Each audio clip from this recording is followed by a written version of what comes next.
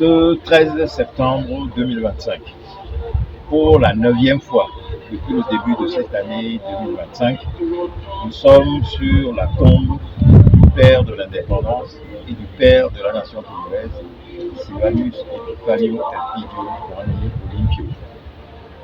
Ce mois de septembre, nous sommes venus lui rendre un hommage particulier puisque c'est le mois de sa naissance. Après lui avoir rendu un hommage à Lomé le 6 septembre, de même que avoir rendu un hommage à sa mère, le membre fidèle y a fait, au cimetière de la plage à Lomé, nous sommes venus au cimetière catholique d'Agoué ce samedi 13 septembre en rendant hommage d'abord à son père, Elpidio Epifanio Olympio, qui lui a d'ailleurs transmis ses deux prénoms. Et ensuite du père, nous sommes venus au fils, Sylvanus Epifanio Elpidio Juan Olympio, pour lui rendre un hommage, ainsi que à son épouse Dina Olympio.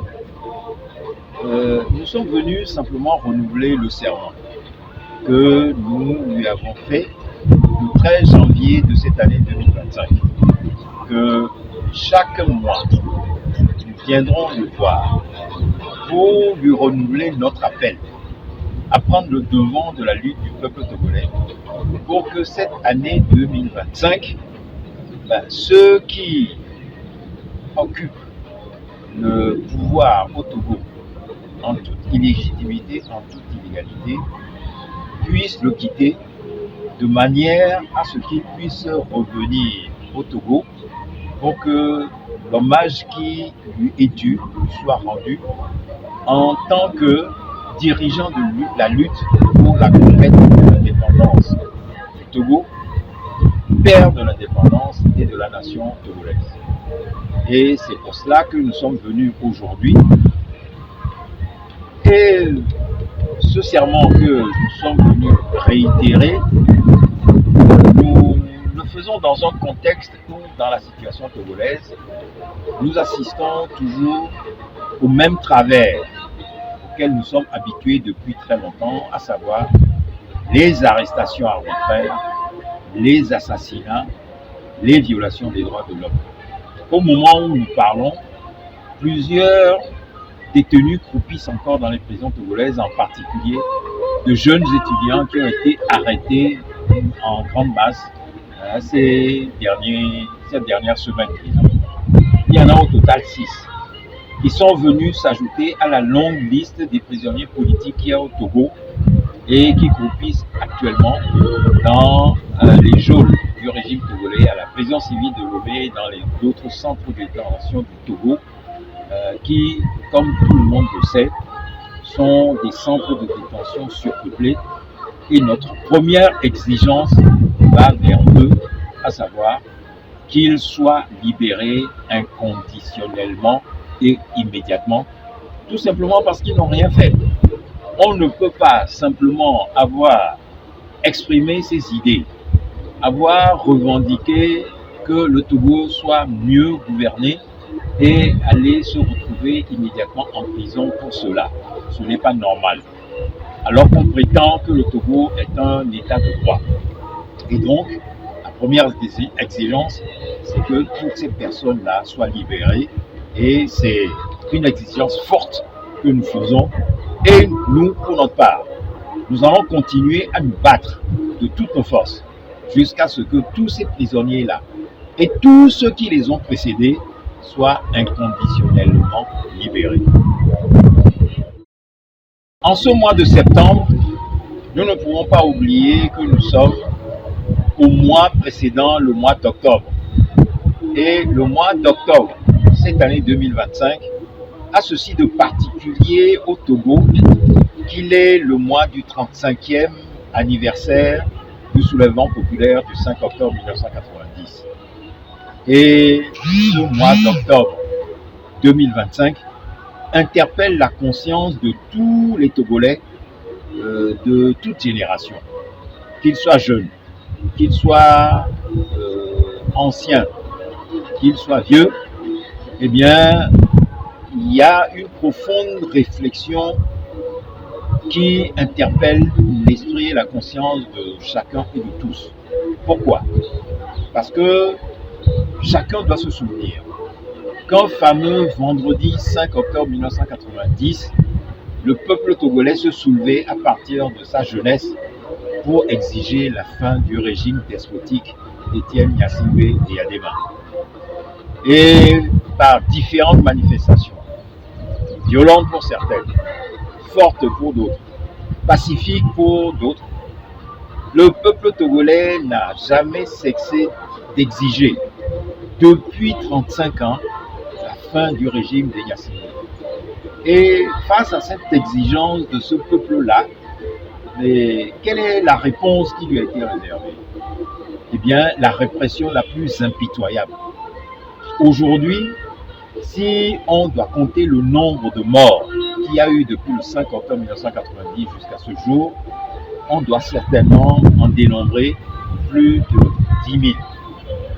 Et c'est de là que vient la première exigence, à savoir que trop de sang a coulé sur la terre de nos aïeux, il faut que cela cesse. Il n'y a pas si longtemps, quelqu'un disait depuis Atapamé, plus jamais ça sur la terre de nos aïeux, plus jamais ça au Togo. Mais ce plus jamais ça que nous avons entendu n'a jamais été respecté, a été foulé du pied. Après Atapamé, il y a eu encore des dizaines et des dizaines de morts. Le sang a continué à couler.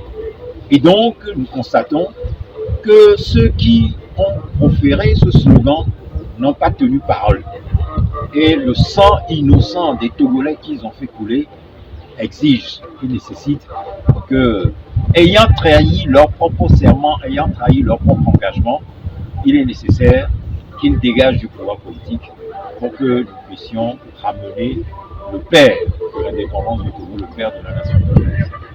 Et c'est pour cela que nous nous tournerons d'abord vers les familles éplorées, les familles de toutes les victimes que notre pays a connues, toutes ces familles endeuillées, que nous appelons à faire connaître à nouveau le nom, le sort et ce qui est arrivé à leurs parents.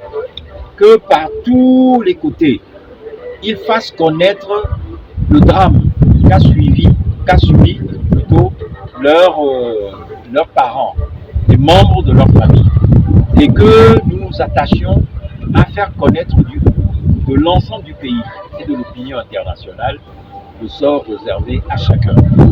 Nous-mêmes, au niveau de la plateforme Sylvanus Forever, nous allons nous attacher à présenter le nom et le sort de toutes ces victimes innocentes du camp des Gnassingbé en 35 ans, depuis le soulèvement populaire du 5 octobre jusqu'à ce jour, et même depuis l'assassinat du père de l'indépendance de la nation togolaise le 13 janvier 1961. Il est absolument nécessaire que ce devoir de mémoire soit fait pour que les Togolais puissent comprendre que trop c'est trop.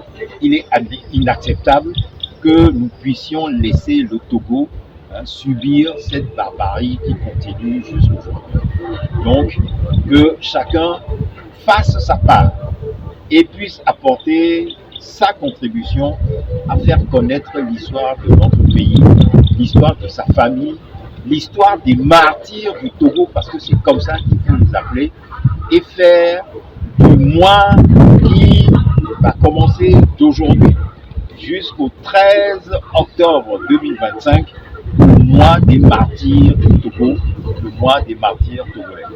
Donc c'est à cela que je vous invite.